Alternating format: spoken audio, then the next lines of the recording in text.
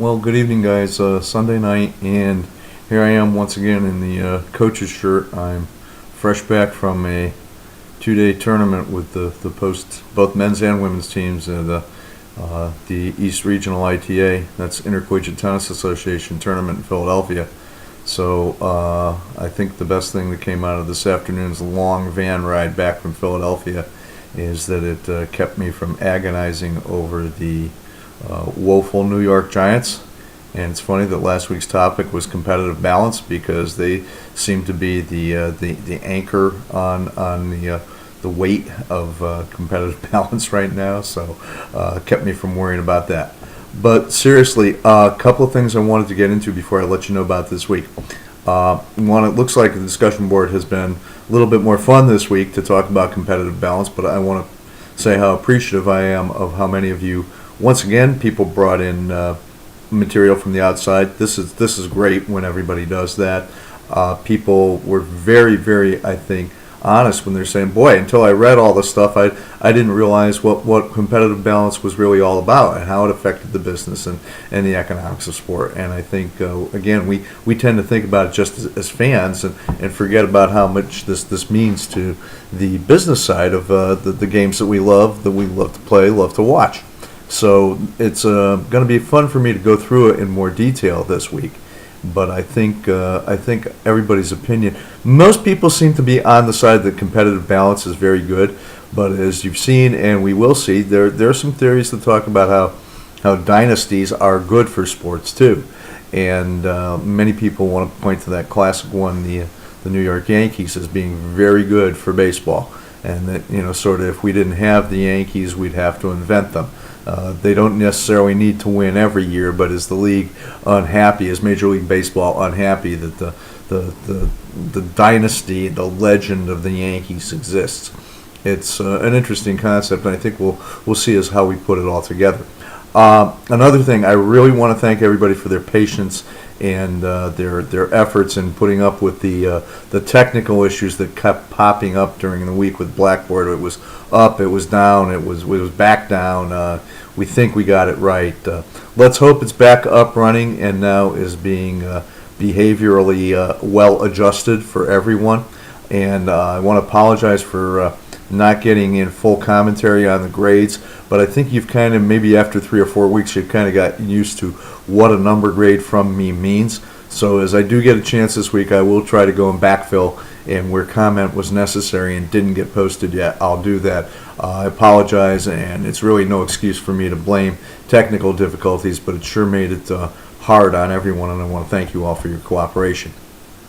Okay, this week is going to work a little differently. Last week was week 4, so tonight essentially we reached the halfway point in the course.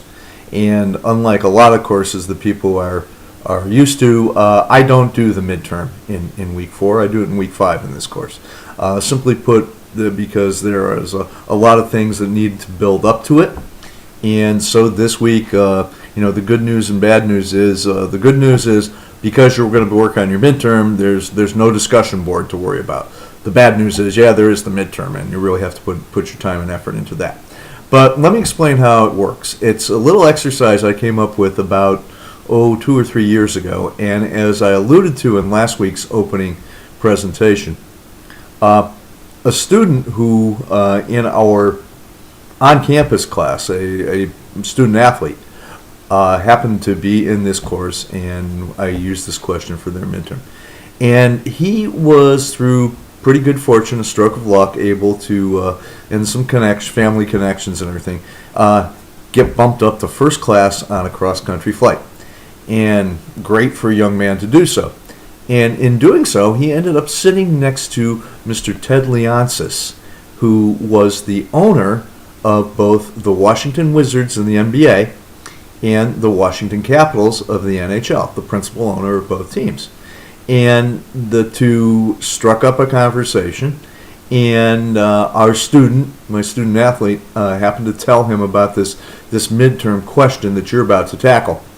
And Mr. Leonsis replied that, wow, that's a good question, and let me tell you what my answer would be. And he proceeded to give my student his analysis of what the question was all about, and then actually come out and say his answer would be different for each of the two teams that he owned.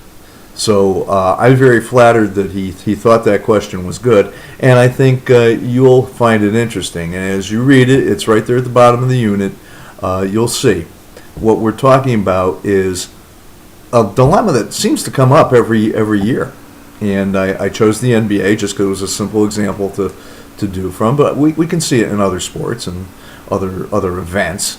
But you are in this situation that read it carefully. But the situation you find yourself in is, put yourself in the place of this NBA owner, and your team has about 10 games to go, and you're that team that's struggling for the eighth and last playoff spot. And you could get it, you could not. Of course, you don't know until they play the games, right? But the whole idea is, analyze it from a business and economic point of view. And your dilemma is, do I really lean on my coach and my players to make a big push, go all out, and grab that last playoff spot? Do everything you have to get it. I want the best effort of the season out of this sort of mediocre team to make sure we get that last playoff spot. Or do I take the other approach, which might not be so thrilling to our fans, or might be very thrilling to our fans because the NBA uses a reverse order draft and a lottery, and say, look, coach, you know what? If we grab that last spot, we're only going to finish eighth. We're going to get the top seed anyway. We're going to get banged out. You know what?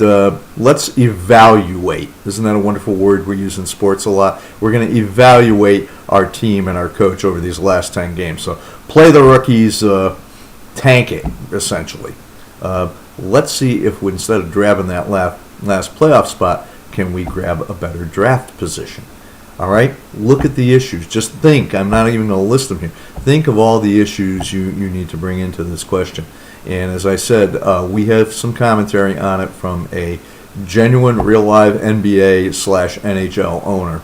And I'm very interested in what you come up with. So really put it in the form of a kind of a memo, a report to the owner, be the owner. Tell me what your choice would be and why. And I want you to express it in all the terms that you need to sum up what we've been talking about to this point.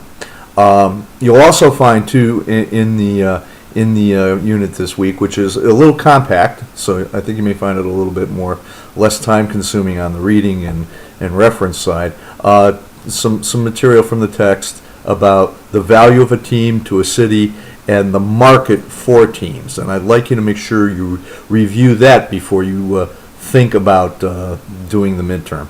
And those will also put some more perspective on it. We'll be visiting those issues in the future.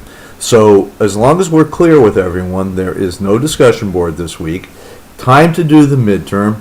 As is my general practice, I'm not going to tell you how long the paper ought to be. Long enough is my kind of wise guy answer. But I think you know when you've made sense. I think you know when you've done a good job.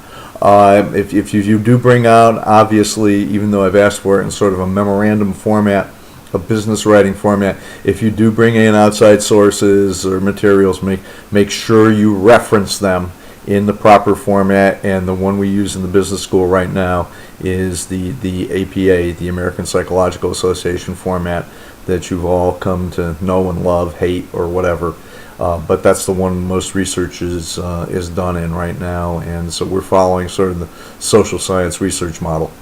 But as I often say, even though I don't specify a page length, 10 pages, you're probably giving me way too much, and there's a lot of filler in there where you're just trying to impress me and yourself, and you're not making much sense. But, if you stick to 2 pages, you're probably just not trying, and that's not good either. So see if you can find that balance that allows you to explain yourself, but makes it compact, direct, and to the point, and addresses the issues we have. And this week, hopefully, Blackboard will stay up and running. I can get into that competitive balance discussion board a lot quicker than we were. And I, again, thank everybody for their patience, your efforts so far, and I hope we all have a great week with this. Okay, thanks very much.